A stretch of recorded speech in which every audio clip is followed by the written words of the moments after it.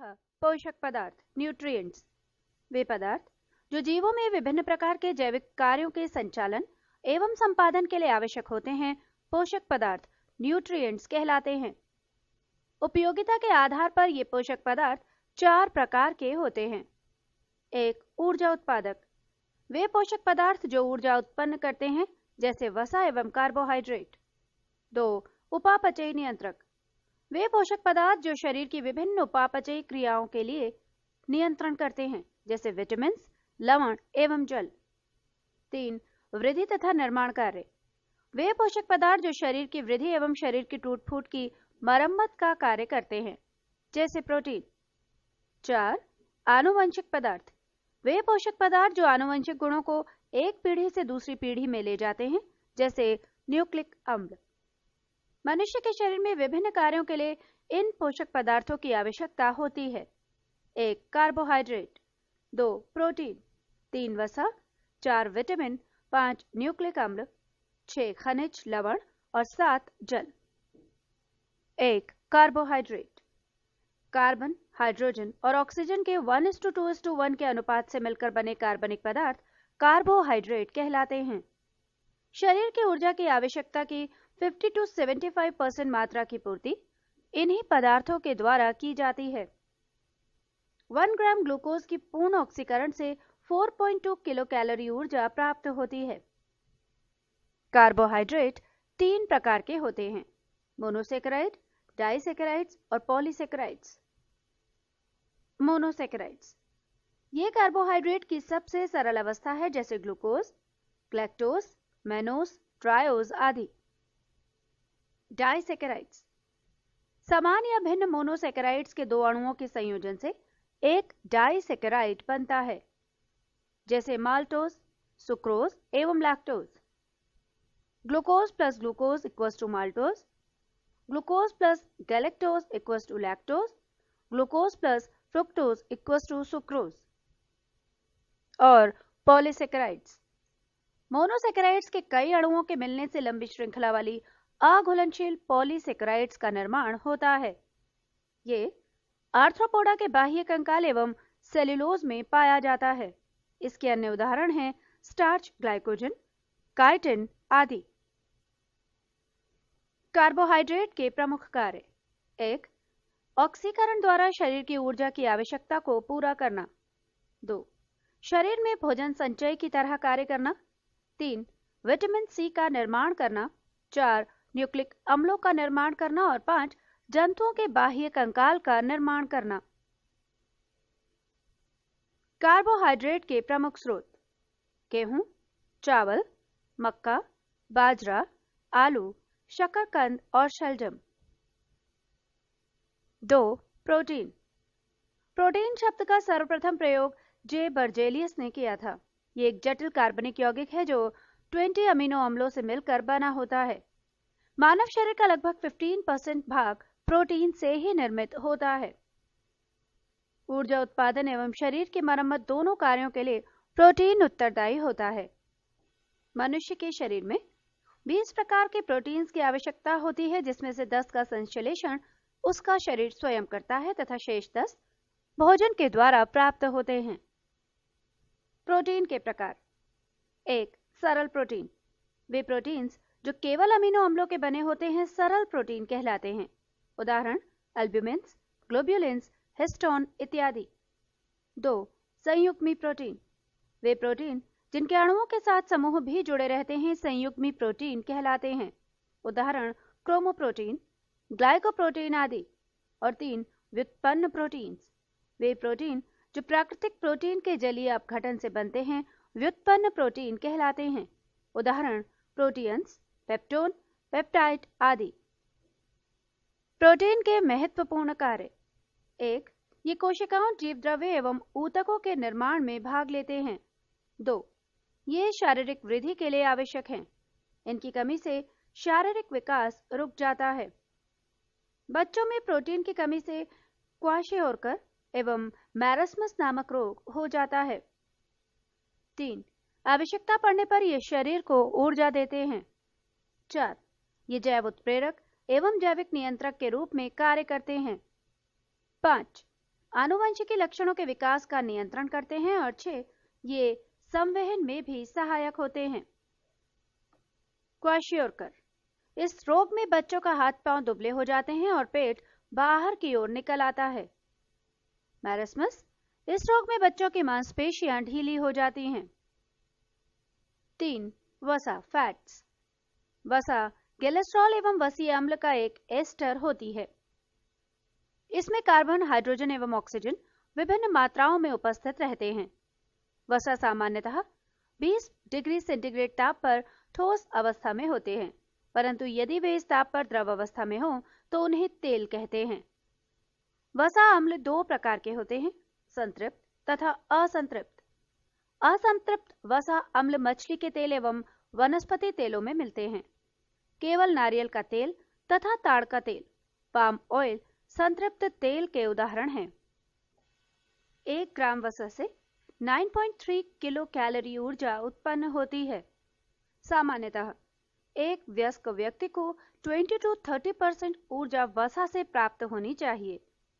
शरीर में इनका संश्लेषण माइटोकॉन्ड्रिया में होता है। वसा का मुख्य कार्य: 1, ये शरीर को ऊर्जा प्रदान करती है। 2, ये त्वचा के नीचे जमा होकर शरीर के ताप को बाहर नहीं निकलने देती है। 3, ये खाद्य पदार्थों में स्वाद उत्पन्न करती है और आहार को रुचिकर बनाती है। 4, यह शरीर के विभिन्न अंगों को चोटों से बचाती है। वसा की कमी से त्वचा रूखी हो जाती है, वजन में कमी आती है एवं शरीर का विकास रुक जाता है। वसा की अधिकता से शरीर स्थूल हो जाता है, हृदय की बीमारी होती है एवं रक्तचाप बढ़ जाते हैं। 4, विटामिन। विटामिन का आविष्कार फंक ने सन 1911 ईस्वी में किया था। ये एक प्रकार का कार्बनिक यौगिक है। इनसे कोई कैलोरी प्राप्त नहीं होती, परंतु ये शरीर के उपापचय में यानी मेटाबॉलिज्म में रासायनिक प्रतिक्रियाओं के नियम के लिए अत्यंत आवश्यक है। घुलनशीलता के आधार पर विटामिन 2 प्रकार के होते हैं। 1, जल में घुलनशील विटामिन, विटामिन बी एवं विटामिन सी। और 2, वसा या कार्बनिक घोलकों में घुलनशील vitamin, vitamin A, vitamin D, vitamin E तथा विटामिन के। विटामिन B12 में कोबाल्ट पाया जाता है। विटामिनों का संश्लेषण हमारे शरीर की कोशिकाओं द्वारा नहीं हो सकता एवं इसकी पूर्ति विटामिन युक्त भोजन से होती है। तथापि विटामिन डी एवं के का संश्लेषण हमारे शरीर में होता है। विटामिन डी का संश्लेषण सूर्य के प्रकाश में उपस्थित पराबैंगनी किरणों द्वारा त्वचा के कोलेस्ट्रॉल ब्रैकेट में इर्गिस्टेरॉल ब्रैकेट क्लोज द्वारा होता है। विटामिन के जीवाणुओं द्वारा हमारे कोलन में संश्लेषित होता है और वहां उसका अवशोषण भी होता है। विटामिन की कमी से होने वाले रोग एवं उसके स्रोत। विटामिन ए, रासायनिक नाम रेटिनॉल। विटामिन ए की कमी से होने वाले रोग रतौंधी, संक्रमणों का खतरा और जीरोप्थेल्मिया तथा इस विटामिन का स्रोत दूध, अंडा, पनीर, हरी साग सब्जी, मछलीकृत तेल। विटामिन B1, रासायनिक नाम थायमिन। कमी से होने वाला रोग है बेरी और इसका स्रोत मूंगफली, तिल, सूखी मिर्चें, बिना घुली दाल, यकृत, अंडा एवं सब्जियां। विटामिन B2, रासायनिक नाम रिबोफ्लेविन। कमी से होने वाला रोग त्वचा का फटना, आंखों का लाल होना, जिह्वा का फटना। स्रोत खमीर, कलेजी, मांस, हरी सब्जियां और दूध।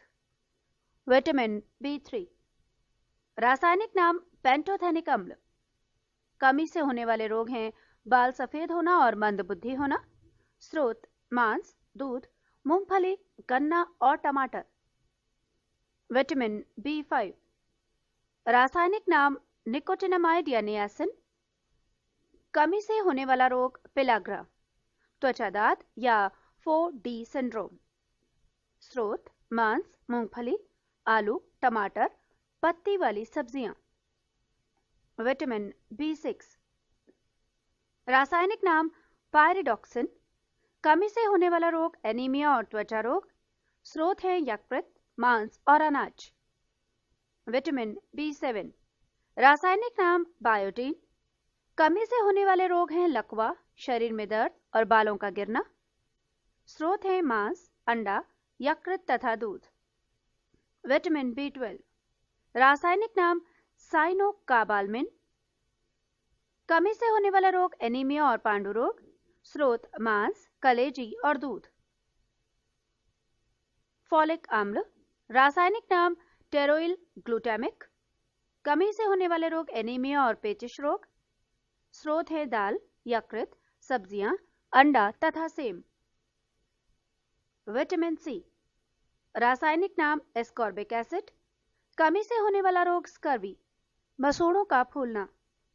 स्रोत नींबू, संतरा, नारंगी, टमाटर, खट्टे पदार्थ, मिर्च और अंकुरित अनाज। Vitamin D. रासायनिक नाम कैल्सिफेरॉल। कमी से होने वाला रोग रिकेट्स, बच्चों में। ऑस्टियोमलेशिया, वयस्क में। स्रोत मछली, यकृत तेल, दूध तथा अंडे। Vitamin E. रासायनिक नाम टोकोफेरॉल। कमी से होने वाला रोग जनन शक्ति का कम होना।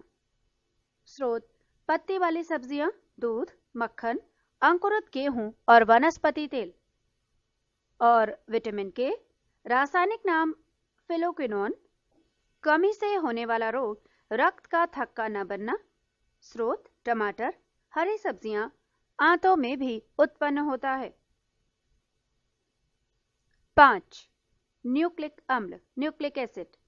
ये कार्बन, हाइड्रोजन, नाइट्रोजन, ऑक्सीजन और फास्फोरस से बने न्यूक्लियोटाइडों के बहुलक हैं जो अल्प मात्रा में हमारी कोशिकाओं में डीएनए और आरएनए के रूप में पाए जाते हैं। इनके प्रमुख कार्य हैं: 1. आनुवंशिकी गुणों को एक पीढ़ी से दूसरी पीढ़ी में पहुंचाना। 2. एंजाइम्स के निर्माण एवं प्रोटीन संश्लेषण का नियंत्रण करना। और 3. ये क्रोमैटिन जाल का निर्माण करते हैं। 6. खनिज, मिनरल्स। मनुष्य खनिज भूमि से प्राप्त न करके भोजन के रूप में ग्रहण करता है। ये शरीर की उपापचयी क्रियाओं को नियंत्रित करते हैं। महत्वपूर्ण खनिज पदार्थ तथा उनके प्रकार। खनिज 1. सोडियम, सोडियम क्लोराइड के रूप में। दैनिक मात्रा 2 to 5 ग्राम। मुख्य स्रोत साधारण नमक, मछली, मांस, अंडे तथा दूध। प्रकार: ये सामान्यतः कोशिका बाह्य द्रव में धनायन के रूप में होता है और इन कार्यों से संबद्ध होता है: पेशियों का संकुचन, तंत्रिका तंतु में तंत्रिका आवेग का संचरण, शरीर में धनात्मक विद्युत अपघट्य संतुलन बनाए रखना। खनिज 2. पोटेशियम, दैनिक मात्रा 1 ग्राम। मुख्य स्रोत लगभग सभी खाद्य पदार्थों में होता है। प्रकार: सामान्यतः कोशिका द्रव्य में धनायन के रूप में पाया जाता है। ये इन अभिक्रियाओं के लिए आवश्यक होता है: कोशिकाओं में होने वाली अनेक रासायनिक अभिक्रियाएं, पेशीय संकुचन और तंत्रिका आवेग का संचरण तथा शरीर में विद्युत अपघट्य संतुलन बनाए रखने में। खनिज 3. कैल्शियम, दैनिक मात्रा लगभग 1.2 ग्राम। मुख्य स्रोत दूध, पनीर, अंडे, चना, हरी सब्जियां, साबुत अन्न, रागी, मछली, कसावा। प्रकार: ये विटामिन के साथ हड्डियों तथा दांतों को दृढ़ता प्रदान करता है। रुधिर के स्कंदन में भूमिका, पेशीय संकुचन प्रक्रिया से संबद्ध। खनिज 4. फास्फोरस, दैनिक मात्रा 1.2 ग्राम। मुख्य स्रोत दूध, पनीर, हरी पत्तेदार सब्जियां, बाजरा, रागी, गिरी, जई आटा, कलेजी तथा गुर्दे। प्रकार: कैल्शियम से संबद्ध होकर दांतों तथा हड्डियों को दृढ़ता प्रदान करना। ये शरीर के तरल पदार्थों के संरचनात्मक संतुलन को बनाए रखने में सहायक होता है। खनिज 5. लौह, दैनिक मात्रा 25 मिलीग्राम बालक में और 35 मिलीग्राम बालिका में। मुख्य स्रोत कलेजी, गुर्दे, अंडे का पीतक, चोकर युक्त आटे की रोटी, बाजरा, रागी, सेब, केला, पालक एवं अन्य हरी सब्जियां तथा गुड़। प्रकार: लोहा लाल रुधिर कणिकाओं में हीमोग्लोबिन के बनने के लिए आवश्यक है। ये ऊतक में ऑक्सीकरण के लिए आवश्यक है। खनिज आयोडीन, दैनिक मात्रा 20 mg, मुख्य स्रोत मछली, भोजन समुद्री, हरी पत्तेदार सब्जियां, आयोडीन नमक। प्रकार्य ये थायराइड ग्रंथि द्वारा स्रावित थायरॉक्सिन हार्मोन के संश्लेषण के लिए आवश्यक है। खनिज मैग्नीशियम, दैनिक मात्रा अत्यल्प, मुख्य स्रोत सब्जियां। प्रकार्य पेशी तंत्र एवं तंत्रिका तंत्र की क्रिया हेतु। खनिज जस्ता, दैनिक मात्रा अत्यल्प, मुख्य स्रोत यकृत एवं मछलियां। प्रकार्य इंसुलिन कारिकी के लिए। खनिज तांबा, दैनिक मात्रा अत्यल्प, मुख्य स्रोत मांस, मछली, यकृत एवं अनाज। प्रकार्य हीमोग्लोबिन तथा अस्थियों के निर्माण एवं इलेक्ट्रॉन संवाहक के रूप में। और खनिज कोबाल्ट, दैनिक मात्रा अत्यल्प, मुख्य स्रोत मांस, मछली एवं जल। प्रकार्य आरबीसी तथा विटामिन B12 के संश्लेषण हेतु। नोट, गर्भवती स्त्रियों में प्रायः कैल्शियम और आयरन की कमी हो जाती है। 7. जल, मनुष्य इसे पीकर प्राप्त करता है। जल हमारे शरीर का प्रमुख अवयव है। शरीर के भार का 65 से 75% भाग जल है। जल के प्रमुख कार्य। 1. जल हमारे शरीर के ताप को स्वेदन यानी पसीना और वाष्पन द्वारा नियंत्रित करता है। 2. शरीर के अपशिष्ट पदार्थों के उत्सर्जन का महत्वपूर्ण माध्यम है। और 3. शरीर में होने वाली अधिकतर जैव रासायनिक अभिक्रियाएं जलीय माध्यम में संपन्न होती हैं। संतुलित पोषण, बैलेंस डाइट, वो पोषण जिससे जीव के लिए आवश्यक सभी पोषक तत्व पर्याप्त मात्रा में उपलब्ध हों, संतुलित पोषण कहलाता है। आजकल दूध को संतुलित आहार नहीं माना जाता है क्योंकि इसमें आयरन एवं विटामिन सी का अभाव होता है। संतुलित पोषण संतुलित आहार से प्राप्त होता है जो इस तालिका में बताया गया है। इस तालिका के विवरण के लिए कृपया अपने अध्यापक अथवा मित्र से सलाह लें। मानव शरीर की कैलोरी संबंधी आवश्यकताएं हैं। हल्का कार्य करने वाले पुरुष के लिए 2000 कैलोरी और हल्का कार्य करने वाली स्त्री के लिए 2100 कैलोरी। 8 घंटा कार्य करने वाले पुरुष के लिए 3000 कैलोरी और 8 घंटा कार्य करने वाली स्त्री के लिए 2500 कैलोरी। और कठिन परिश्रम करने वाले पुरुष के लिए 3600 कैलोरी और कठिन परिश्रम करने वाली स्त्री के लिए 3000 कैलोरी। 13. मानव रोग, ह्यूमन डिजीज, परजीवी, प्रोटोजोआ द्वारा होने वाला रोग।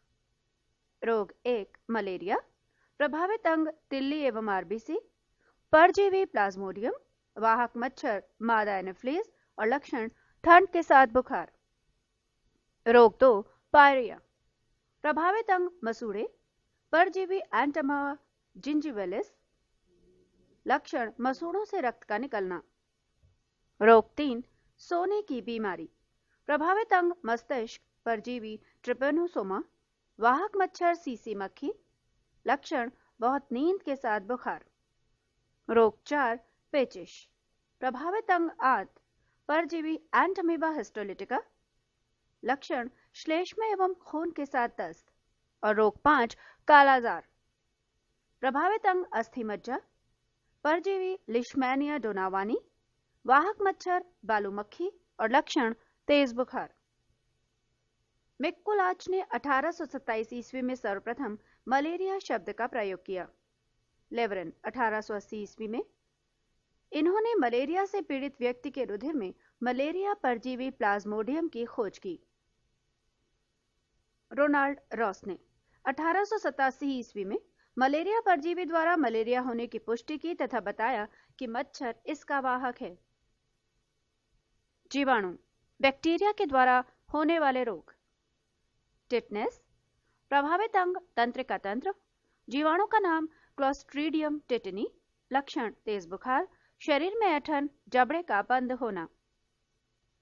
बीमारी हैजा, प्रभावित अंग आंत, जीवाणु का नाम विब्रियो कॉलेरी, लक्षण लगातार दस्त और उल्टियां। बीमारी टाइफॉइड, प्रभावित अंग आंत, जीवाणु का नाम सोल्मोनेला टाइफी, लक्षण तेज बुखार और सरदर्द। बीमारी क्षय रोग, प्रभावित अंग फेफड़ा, जीवाणु का नाम माइकोबैक्टीरियम ट्यूबरकुलोसिस, लक्षण बार बार खांसी के साथ कफ और रक्त निकलना। बीमारी डिप्थीरिया, प्रभावित अंग श्वास नली, जीवाणु का नाम कोरिनी बैक्टीरियम डिप्थीरी। लक्षण सांस लेने में कठिनाई होना और दम घुटना। बीमारी प्लेग। प्रभावित अंग फेफड़ा। कॉर्व दोनों पैर के बीच। जीवाणु का नाम पास्चुरेला पेस्टिस। लक्षण बहुत तेज बुखार और शरीर पर गिल्टियां। बीमारी काली खांसी। प्रभावित अंग श्वसन तंत्र। जीवाणु का नाम हीमोफिलस पर्टुसिस। लक्षण लगातार खांसी आना। बीमारी निमोनिया। प्रभावित अंग फेफड़ा। जीवाणु का नाम डिप्लोकोकस न्यूमोनी। लक्षण तेज बुखार और फेफड़ों में सूजन। बीमारी कोढ़। प्रभावित अंग तंत्रिका तंत्र और त्वचा। जीवाणु के नाम माइक्रोबैक्टीरिया लेप्री। लक्षण शरीर पर चकत्ते और तंत्रिकाएं प्रभावित। बीमारी गोनोरिया। प्रभावित अंग मूत्र मार्ग। जीवाणु का नाम नाइसेरिया गोनोरियाई। लक्षण मूत्र मार्ग में सूजन। बीमारी सिफिलिस। प्रभावित अंग शिशन। जीवाणु के नाम ट्रेपोनोमा पैलिडम। लक्षण शिशन में घाव। सन 1882 ईस्वी में जर्मन वैज्ञानिक रॉबर्ट कोच ने कॉलेरा एवं टीबी के जीवाणुओं की खोज की। लुई पास्चर ने रेबीज का टीका एवं दूध का पाश्चराइजेशन की खोज की।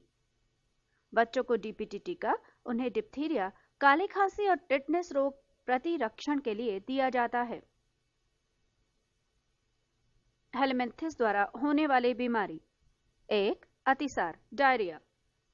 इस रोग का कारण आंत में मौजूद स्कैरस लुम्ब्रिकाइडीज नामक अंतःपरजीवी प्रोटोजोआ है। निमोटोड जो घरेलू मक्खी द्वारा प्रसारित होता है। इसमें आंत में घाव हो जाता है। इसमें प्रोटीन पचाने वाला एंजाइम ट्रिप्सिन नष्ट हो जाता है। यह रोग बच्चों में अधिक पाया जाता है। 2. फाइलेरिया। यह रोग फाइलेरिया ब्रोंकोफ्टाई नामक कृमि से होता है। इस कृमि का संचारण क्यूलेक्स मच्छरों के दंश से होता है। इस रोग में पैरों, वृषण कोशों तथा शरीर के अन्य भागों में सूजन हो जाती है। इस रोग को हाथी प्योक एलिफेंटियासिस भी कहते हैं। फफूंद फंगस द्वारा होने वाली बीमारी। 1. दमा अस्थमा। मनुष्य के फेफड़ों में एस्परजिलस फ्यूमिगेटिस नामक कवक के स्पोर पहुंचकर वहां जाल बनाकर फेफड़ों का काम अवरुद्ध कर देते हैं। यह एक संक्रामक रोग है। 2. Athletes foot. यह रोग टीनिया पेडिस नामक कवक से होता है। यह त्वचा का संक्रामक रोग है जो पैरों की त्वचा के कटने फटने और मोटे होने से होता है। 3. खाज स्केबीज। यह रोग कैरस स्केबीज नामक कवक से होता है। इसमें त्वचा में खुजली होती है और सफेद दाग पड़ जाते हैं। 4. गंजापन बाल्डनेस। ये टिनिया कैपेटिस नामक कवक से होता है। इसमें सिर के बाल गिर जाते हैं। और 5. दांत रिंगवर्म। ये रोग ट्राइकोफाइटन लेरुकोसम नामक कवक से फैलता है। यह संक्रामक रोग है। इसमें त्वचा पर लाल रंग के गोले पड़ जाते हैं। विषाणु वायरस के द्वारा होने वाली बीमारी। 1. एड्स। प्रभावित अंग प्रतिरक्षा प्रणाली WBC। विषाणु का नाम HIV। लक्षण रोग प्रतिरोधक क्षमता का नष्ट होना। डेंगू ज्वर या हड्डी तोड़ बुखार। प्रभावित अंग संपूर्ण शरीर, खासकर सिर, आंख एवं जोड़। विषाणु का नाम अरबों वायरस। लक्षण आंखों, पेशियों, सिर तथा जोड़ों में दर्द। पोलियो। प्रभावित अंग गला, रीढ़, नाड़ी संस्थान। विषाणु का नाम पोलियो। लक्षण ज्वर, बदन में दर्द, रीढ़ की हड्डी, आंत की कोशिकाएं नष्ट हो जाती हैं। इन्फ्लुएंजा। प्रभावित अंग संपूर्ण शरीर। विषाणु का नाम मिक्सोवायरस ABC। लक्षण गलशोथ, छींक, बेचैनी। चेचक। प्रभावित अंग संपूर्ण शरीर। विषाणु का नाम वेरियोला वायरस। लक्षण तेज बुखार, शरीर पर लाल लाल दाने। छोटी माता। प्रभावित अंग संपूर्ण शरीर। विषाणु का नाम वेरिसेला वायरस।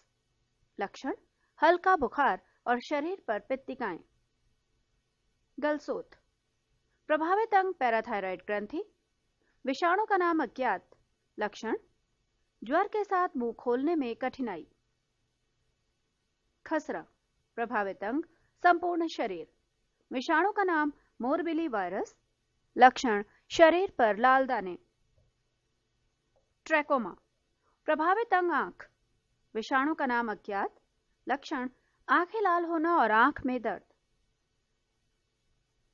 हेपेटाइटिस या पीलिया, प्रभावित अंग यकृत, विषाणु का नाम अज्ञात, लक्षण पेशाब पीला, आंख एवं त्वचा भी पीली हो जाती है।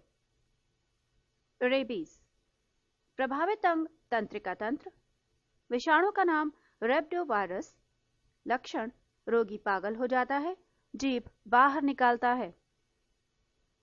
मेनिंजाइटिस, प्रभावित अंग मस्तिष्क, विषाणु का नाम अज्ञात, लक्षण तेज बुखार। और हर्पीज, प्रभावित अंग त्वचा, विषाणु का नाम हर्पीज, लक्षण त्वचा में सूजन हो जाती है। AIDS, AIDS, acquired immunodeficiency syndrome. ELISA, ELISA, enzyme linked immune solvent assay. ये HIV वायरस की जांच करने की एक प्रणाली है। इससे पता चलता है कि व्यक्ति एड्स पीड़ित है या नहीं। इसे एलिसा टेस्ट कहते हैं। वर्तमान में एड्स के उपचार के लिए एजिडोथाइमिडीन AZD औषधि का प्रयोग किया जा रहा है। मनुष्य में होने वाला आनुवांशिक रोग। एक, वर्णांधता, कलर ब्लाइंडनेस। इसमें रोगी को लाल एवं हरा रंग पहचानने की क्षमता नहीं होती। इस रोग से मुख्य रूप से पुरुष प्रभावित होता है।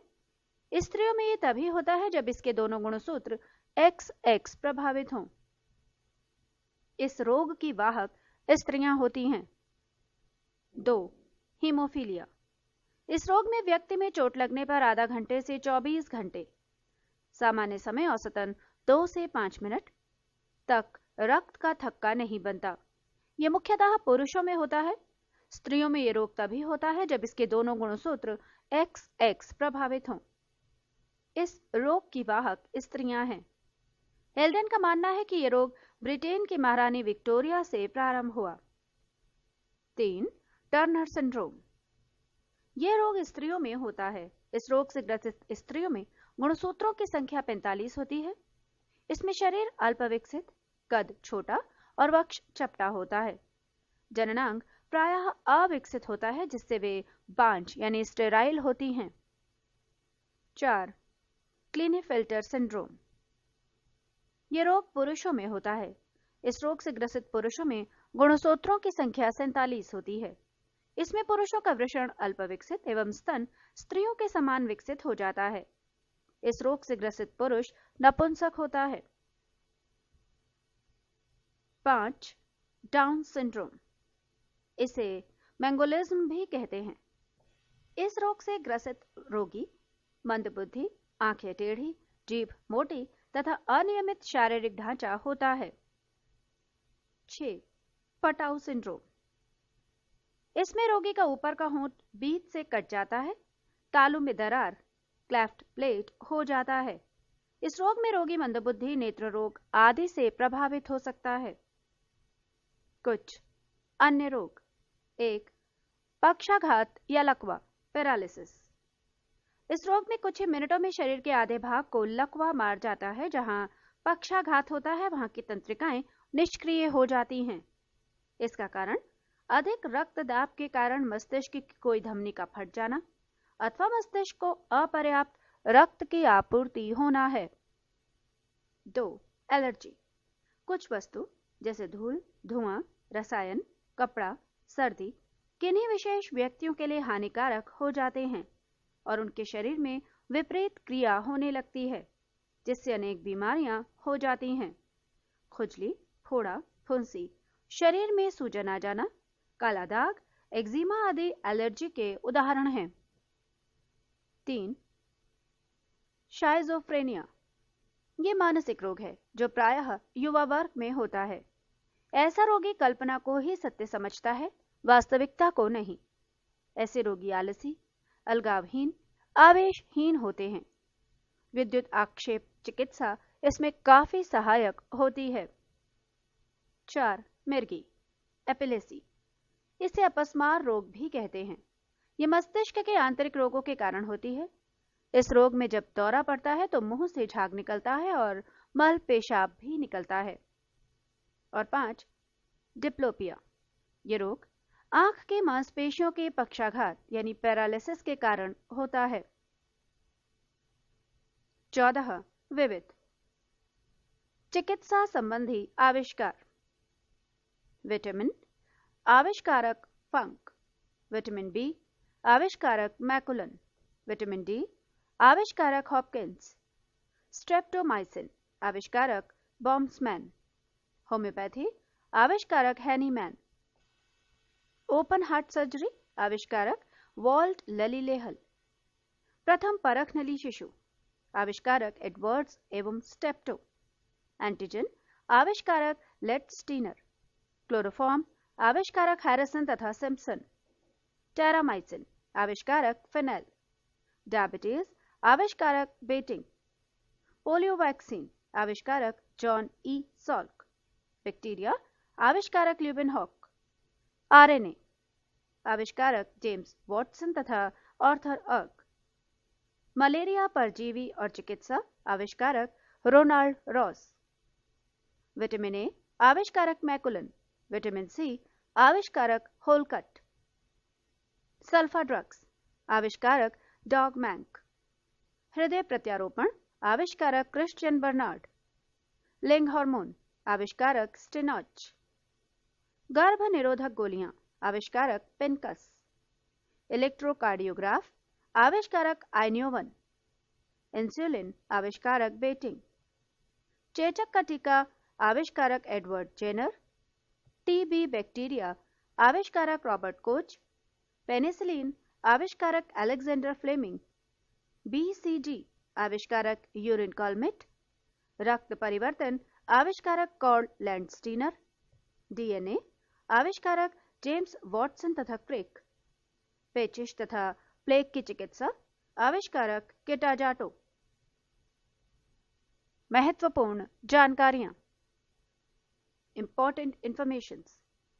सबसे बड़ा जीवित पक्षी शुतुरमुर्ग, सबसे बड़ा कपी गोरिल्ला, सबसे छोटा स्तनी छुछुंदर, अंड जरायुज स्तनी कंगारू, सबसे व्यस्त मानव अंग हृदय, सबसे बड़ा स्थली स्तनी अफ्रीकन हाथी, सबसे तेज उड़ने वाला पक्षी कटिपुंज पक्षी स्थानी टेल्ड स्वीट, सबसे बड़ा सर्प पाइथन, सबसे छोटा पक्षी हमिंग पक्षी, सबसे बड़ा अंडा शुतुरमुर्ग का, सबसे ऊंचा स्तनी जिराफ अफ्रीका, सबसे बड़ा तथा भारी स्तनी नीली व्हेल, सबसे बड़ा जीवित सरीसृप टर्टल कछुआ समुद्री, और सबसे तेज दौड़ने वाला जंतु चीता तथा अंड प्रजक स्तनी एकिडना तथा डक बिल प्लेटिपस। प्रमुख चिकित्सा उपकरण। 1. पेसमेकर। हृदय गति कम हो जाने पर इसे सामान्य अवस्था में लाने हेतु इसका प्रयोग किया जाता है। 2. Computed tomography scan CT scan. संपूर्ण शरीर में किसी असामान्य या विकृति का पता लगाने हेतु इसका प्रयोग किया जाता है। 3. इलेक्ट्रोकार्डियोग्राफ। हृदय संबंधी असामान्यताओं का पता लगाने के लिए। 4. Auto analyser. Glucose, urea, cholesterol इत्यादि की जांच के लिए। और 5. इलेक्ट्रोइंसेफेलोग्राफ। मस्तिष्क की विकृतियों का पता लगाने के लिए। कुछ महत्वपूर्ण तथ्य, सम इंपॉर्टेंट फैक्ट्स। 1. स्वप्नों के अध्ययन को ओनिरोलॉजी कहते हैं। 2. मनुष्य के सौंदर्य के अध्ययन को कैलोलॉजी कहते हैं। 3. जीवन की उत्पत्ति के समय ऑक्सीजन नहीं थी। 4. शरीर में सबसे दृढ़ मजबूत तत्व दांतों का एनामल होता है। 5. मनुष्य में लिंग निर्धारण पुरुष के क्रोमोसोम पर निर्भर होता है, न कि स्त्रियों के क्रोमोसोम पर। 6. सबसे तेज तंत्रिका आवेग 532 किलोमीटर प्रति घंटा होती है। 7. मनुष्य के फेफड़े का आंतरिक क्षेत्रफल 93 वर्ग मीटर होता है, जो शरीर के बाह्य क्षेत्रफल का 40 गुना होता है। 8. हड्डियां कंक्रीट जैसी मजबूत और ग्रेनाइट जैसी कठोर होती हैं। 9. शरीर के भीतर प्रति सेकंड लगभग 150 लाख कोशिकाएं नष्ट होती हैं। 10. स्त्री के गर्भाशय का भार जिसने कभी संतान जन्म न दिया हो 50 ग्राम होता है तथा संतान को जन्म देने के बाद स्त्री के गर्भाशय का भार 100 ग्राम हो जाता है। 11. गुर्दे का भार लगभग 150 ग्राम होता है। 12. एक बार सांस अंदर लेने में सामान्य वयस्क लगभग 500 मिलीलीटर हवा अंदर ले जाता है। 13. हृदय के रक्त पंप करने की क्षमता 4.5 लीटर प्रति मिनट होती है। 14. छोटी आंत लगभग 7 मीटर लंबी होती है और उसका व्यास 2.5 सेंटीमीटर होता है। 15. शरीर के भीतर रक्त परिभ्रमण ब्लड सर्कुलेशन में लगभग 23 सेकंड का समय लगता है। 16. पेनिसिलिन नामक प्रतिजैविक पेनिसिलियम नामक कवक से प्राप्त किया जाता है। 17. मनुष्य संसार का सबसे बुद्धिमान हिमिनिड है। 18. एल्बाट्रॉस सबसे बड़ा समुद्री पक्षी है जिसके पंख का फैलाव 10 से 12 फीट तक है। 19. मनुष्य के शरीर में लगभग 50 लाख बाल होते हैं। 20. प्लेसेंटा बनने के आरंभ के समय HCG हार्मोन काफी मात्रा में स्रावित होकर मूत्र में उत्सर्जित होने लगता है। इसी समय मूत्र की जांच में इस हार्मोन की उपस्थिति से गर्भाधान की जांच की जाती है। 21. बच्चे के हृदय की धड़कन वयस्क व्यक्ति से ज्यादा होती है। 22. एक बार सांस लेने की क्रिया 5 सेकंड में अर्थात 2 सेकंड के निश्वसन तथा 3 सेकंड के उच्च श्वसन में पूरी होती है। और 23. मनुष्य के शरीर में रुधिर प्रतिदिन लगभग 350 लीटर ऑक्सीजन शरीर के कोशिकाओं तक पहुंचाता है। इसमें 97% ऑक्सीजन हीमोग्लोबिन द्वारा ले जाया जाता है और शेष 3% भाग का संचारण रुधिर प्लाज्मा करता है। 15. विज्ञान की कुछ प्रमुख शाखाएं। एनाटॉमी ये जीव विज्ञान की वो शाखा है जो शरीर की आंतरिक संरचना से संबंधित है। एंथ्रोपोलॉजी ये विज्ञान की वो शाखा है जिसमें मानव के विकास, रीति रिवाज, इतिहास, परंपराओं से संबंधित विषयों का अध्ययन किया जाता है। एस्ट्रोलॉजी ये विज्ञान मानव के जीवन पर विभिन्न नक्षत्रों के प्रभावों का अध्ययन करता है। इसे ज्योतिष शास्त्र भी कहते हैं। एस्ट्रोनॉमी ये खगोलीय पिंडों का अध्ययन करने वाला विज्ञान है। सेरेमिक्स ये टेक्नोलॉजी की वो शाखा है जो चीनी के बर्तन तैयार करने से संबंधित है। कीमोथेरेपी ये चिकित्सा विज्ञान की वो शाखा है जिसमें रासायनिक यौगिकों से उपचार किया जाता है। कॉस्मोलॉजी ये समस्त ब्रह्मांड का अध्ययन करने वाली विज्ञान की एक शाखा है। क्रायोजेनिक्स ये निम्न ताप के विभिन्न प्रयोगों तथा नियंत्रणों का अध्ययन करने वाला विज्ञान है। इकोलॉजी ये विज्ञान वनस्पतियों तथा प्राणियों के पर्यावरण यानी एनवायरनमेंट या प्रकृति से संबंधों का अध्ययन करता है। एंटोमोलॉजी जंतु विज्ञान की वो शाखा कीट पतंगों का व्यापक अध्ययन कराती है। एपिडियोमोलॉजी चिकित्सा विज्ञान की ये शाखा महामारी और उनके उपचार से संबंधित है। एक्स बायोलॉजी इस विज्ञान के द्वारा पृथ्वी को छोड़कर अन्य ग्रहों और उपग्रहों पर जीवन की संभावनाओं का अध्ययन किया जाता है। जियोलॉजी भूगर्भ संबंधी अध्ययन, उसकी बनावट, संरचना आदि का अध्ययन इस विज्ञान के द्वारा किया जाता है। जेरोंटोलॉजी वृद्धावस्था से संबंधित तथ्यों का अध्ययन इसी विज्ञान के द्वारा किया जाता है। हॉर्टिकल्चर फल फूल और साग सब्जी उगाने, बाग लगाने, पुष्प उत्पादन का अध्ययन इस विज्ञान के द्वारा किया जाता है। हाइड्रोपैथी इस विज्ञान के द्वारा पानी से रोगों की चिकित्सा होती है। हाइजीन स्वास्थ्य की देखभाल करने वाला ये स्वास्थ्य का विज्ञान है। होलोग्राफी ये लेजर पुंज की सहायता से त्रिविमीय चित्र बनाने वाली एक विधि है। होरोलॉजी ये समय मापने वाला विज्ञान है। मैमोग्राफी ये स्त्रियों में पाए जाने वाले ब्रेस्ट कैंसर की जांच करने वाले चिकित्सा विज्ञान की शाखा है। मेटीरियोलॉजी मौसम की दशाओं में होने वाली क्रियाओं तथा परिवर्तनों का अध्ययन इस विज्ञान के द्वारा किया जाता है। मॉर्फोलॉजी पृथ्वी पर पाए जाने वाले प्राणियों तथा पौधों की संरचना, रूप, प्रकार आदि का अध्ययन इस विज्ञान के द्वारा किया जाता है। न्यूरोलॉजी मानव शरीर की नाड़ियों या तंत्रिकाओं का अध्ययन तथा उपचार इस विज्ञान के द्वारा किया जाता है। ओडोंटोग्राफी, दांतों का अध्ययन करने वाले चिकित्सा विज्ञान की ये एक शाखा है। ऑप्टिक्स, प्रकाश के प्रकार और गुणों का अध्ययन करने वाले भौतिक शास्त्र की ये एक शाखा है। ऑर्निथोलॉजी, इस विज्ञान में पक्षियों से संबंधित अध्ययन किया जाता है। ओस्टियोलॉजी, प्राणी विज्ञान की इस शाखा में हड्डियों का अध्ययन किया जाता है। पोमोलॉजी, ये विज्ञान फलों के अध्ययन से संबंधित है। सिस्मोलॉजी, विज्ञान की इस शाखा द्वारा भूकंपों का अध्ययन किया जाता है। एरोनॉटिक्स, इस विज्ञान की शाखा के अंतर्गत वायुयान संबंधित तथ्यों का अध्ययन होता है। एस्थेटिक्स, इस शाखा के अंतर्गत सौंदर्य शास्त्र यानी ललित कला का अध्ययन होता है।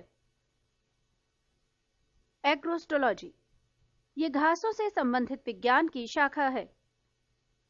आर्बोरिकल्चर, ये वृक्ष उत्पादन संबंधी विज्ञान की शाखा है। आर्कियोलॉजी, ये पुरातत्व संबंधी विज्ञान की शाखा है। एस्ट्रोफिजिक्स, ये नक्षत्रों के भौतिक रूप से संबंधित खगोलीय अर्थात खगोल भौतिकी विज्ञान की शाखा है।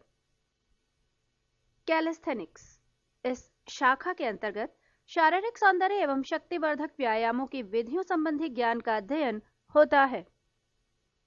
कॉन्कोलॉजी, इस शाखा के अंतर्गत शंख विज्ञान का अध्ययन होता है यानी मोलस्क विज्ञान का। कॉस्मोगोनी, इस शाखा के अंतर्गत ब्रह्मांडोत्पत्ति सिद्धांत का अध्ययन होता है। कॉस्मोग्राफी, इस शाखा के अंतर्गत विश्व रचना संबंधी ज्ञान का अध्ययन होता है। क्रिप्टोग्राफी, इस शाखा के अंतर्गत गूढ़ लेखन या बीज लेखन संबंधी ज्ञान का अध्ययन होता है। एपिग्राफी, इस शाखा के अंतर्गत शिलालेख संबंधी ज्ञान का अध्ययन होता है। एथनोग्राफी, इस शाखा के अंतर्गत मानव जाति का अध्ययन होता है। इथोलॉजी, इस शाखा के अंतर्गत प्राणियों के आचार तथा व्यवहार का अध्ययन होता है। जेनेकोलॉजी, इस शाखा के अंतर्गत जीवों की जातियों के विभेदों का अध्ययन होता है। जियोडेसी, इस शाखा के अंतर्गत भूगणित ज्ञान का अध्ययन किया जाता है। जियोमेडिसिन, यह औषधि शास्त्र की वो शाखा है जो जलवायु तथा वातावरण का स्वास्थ्य पर प्रभाव का अध्ययन करती है। हीलियोथेरेपी, सूर्य के प्रभाव से चिकित्सा करने की प्रक्रिया को कहते हैं। हाइड्रोपोनिक्स, इस शाखा के अंतर्गत जल संवर्धन का अध्ययन किया जाता है। हाइड्रोस्टैटिक्स, इस शाखा के अंतर्गत द्रवस्थैतिक का अध्ययन होता है। लेक्सिकोग्राफी, ये शब्दकोश संकलन तथा लिखने की कला है। न्यूमरोलॉजी, ये विज्ञान की वो शाखा है जिसमें अंकों का अध्ययन किया जाता है। न्यूमिस्मैटिक्स, इस विज्ञान की शाखा के अंतर्गत पुराने सिक्कों यानी कॉइन्स का अध्ययन होता है। फाइकोलॉजी, इन शाखा के अंतर्गत शैवालों यानी एल्गे का अध्ययन किया जाता है। सेलिनोलॉजी, इस शाखा के अंतर्गत चंद्रमा के मूल स्वरूप तथा गति के वर्णन का अध्ययन किया जाता है। सेरीकल्चर, इस शाखा के अंतर्गत रेशम के कीड़े के पालन और उनसे रेशम के उत्पादन का अध्ययन होता है। टेलीपैथी, इस शाखा के अंतर्गत मानसिक संक्रमण की प्रक्रिया का अध्ययन होता है। हिप्नोलॉजी, नींद का अध्ययन। टॉक्सिकोलॉजी, इस शाखा के अंतर्गत विषयों के बारे में अध्ययन होता है।